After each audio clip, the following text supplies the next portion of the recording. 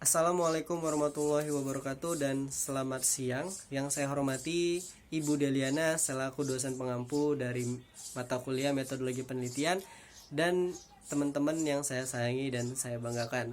Saya akan membawakan atau menyampaikan materi yang sudah saya kerjakan dan tugas kita beberapa hari yang lalu tentang pembuatan latar belakang.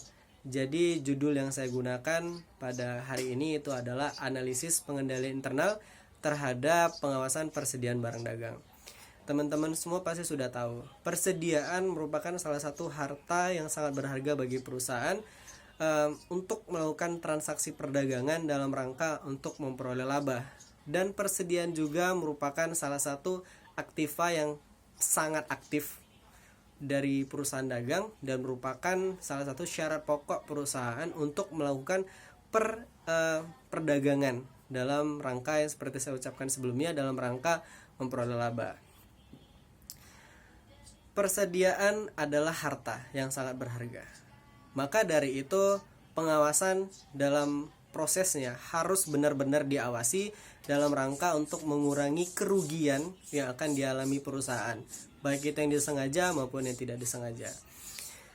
Persediaan juga merupakan salah satu harta yang sangat rentan terhadap pencurian ataupun kerusakan. Dua hal ini akan kita bahas pada hari ini.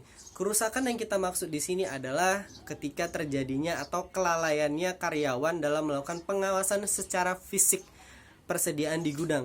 Nah, yang kedua itu adalah kelalaian dalam pencatatan persediaan, yaitu terdapatnya kesalahan yang tidak disengaja sehingga menyebabkan perbedaan antara pencatatan yang ada di buku dengan kondisi yang sesungguhnya yang berada di lapangan atau yang sudah disimpan di gudang.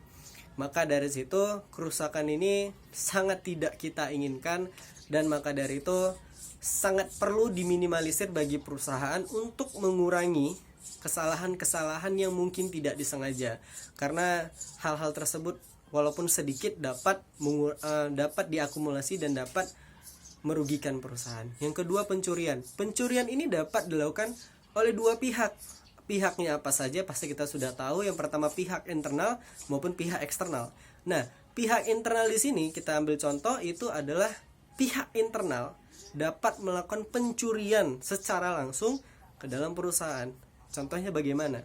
Contohnya itu adalah ketika seorang karyawan yang memiliki jabatan atau posisi yang memiliki hubungan secara langsung kepada persediaan yang ada di gudang. Maka dari itu ya contohnya dia dapat melakukan manipulasi dalam pencatatan persediaan, baik yang itu ada di buku maupun yang ada di gudang.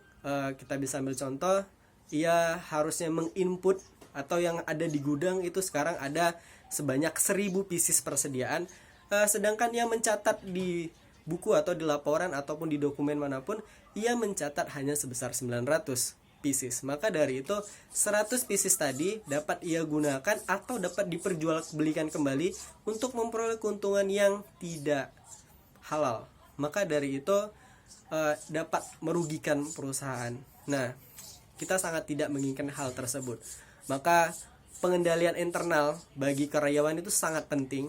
Maka dari itu kita dapat menghalangi atau kita dapat mengurangi kejadian-kejadian yang nakal seperti karyawan melakukan pencurian seperti itu. Maka perubahan atau reformasi dari sistem itu sangat penting dalam pengendalian atau pengawasan persediaan. Selanjutnya, pencurian dapat dilakukan dengan orang yang berbeda ataupun dari pihak eksternal. Bisa saja orang-orang yang memaksa masuk atau memaksa atau mengambil paksa persediaan tersebut yang ada di gudang ataupun yang sedang dalam perjalanan dari perusahaan.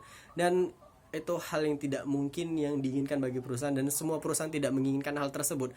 Nah, maka dari itu, dari yang saya jelaskan barusan, persediaan sangat rentan sekali. Maka dari itu pengawasan sangat perlu, sangat dibutuhkan, karena persediaan merupakan denyut jantung perusahaan dalam melaksanakan kegiatannya. Dan kita tahu perusahaan memiliki tujuan, yaitu going concern concept. Jadi perusahaan tersebut harus tetap memiliki persediaan dalam melakukan pelaksanaan transaksinya. Jika sudah tidak ada persediaan, maka perusahaan tersebut dapat benar-benar dipastikan tidak dapat berjalan kembali. Nah, Pengawasan internal yang sangat diperlukan ini sepertinya apa? Pengawasan internal yang sangat penting dan sangat diperlukan di sini adalah harusnya adanya pemisahan fungsi. Pemisahan fungsi ini sangat diperlukan. Pemisahan fungsi itu seperti apa? Harusnya adanya pembagian. Pertama, pencatatan, pengeluaran dan pemasukan. Ketiga bagian tersebut harus dibedakan. Tidak boleh dikerjakan oleh satu orang yang sama.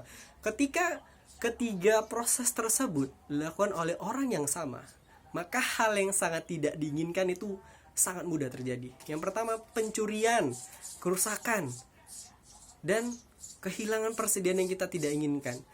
Itu kita ambil contoh, ketika seseorang memegang semua kendali dalam semua proses, maka seseorang tersebut dapat mudah memanipulasi semua kegiatan tersebut tanpa ada diawasi. Dan ada satu hal yang kurang kita jelaskan, dan adanya persetujuan dari setiap transaksi. Jadi kita bisa simpulkan 4, yaitu pencatatan, pengeluaran dan pemasukan, dan adanya orang yang menyetujui dari setiap transaksi atau setiap proses yang sudah berlangsung. Maka dari itu setiap fungsi tadi harus dipisahkan orang-orangnya, sehingga siklus dari persediaan tadi itu dapat diaudit dan dapat diperiksa dengan mudah. Jikalau semua dilakukan oleh satu orang, maka hal tersebut sangat mudah dimanipulasi dan sangat sulit untuk dideteksi. Karena dia yang mencatat, dia yang melakukan pengeluaran, dan dia yang melakukan pemasukan, dan dia juga yang menyetujui, dan itu hal yang sangat fatal bagi perusahaan dalam melakukan pengendalian. Maka dari itu teman-teman semuanya, pengendalian yang internal yang baik itu akan sejalan lurus dengan pengawasan dan persediaan perusahaan yang baik pula. Maka dari itu pengendalian internal perusahaan itu sangat penting dalam menjaga persediaan ataupun harta yang lain, bukan hanya persediaan, bisa itu aset, bisa itu aktiva tetap, surat-surat berharga dan apapun itu. Baik itu di setiap siklus kegiatan, baik itu siklus penjualan, siklus penagihan piutang, dan itu banyak sekali halnya. Maka dari itu pengendalian internal adalah jawaban, salah satu jawaban, bukan semua jawaban, salah satu jawaban dalam melakukan pengawasan harta perusahaan apapun itu. Mungkin itu saja yang dapat saya berikan pada siang ini. Lebih dan kurang saya mohon maaf. Wabillahi taufiq wal hidayah. Assalamualaikum warahmatullahi wabarakatuh dan selamat siang. Stay safe.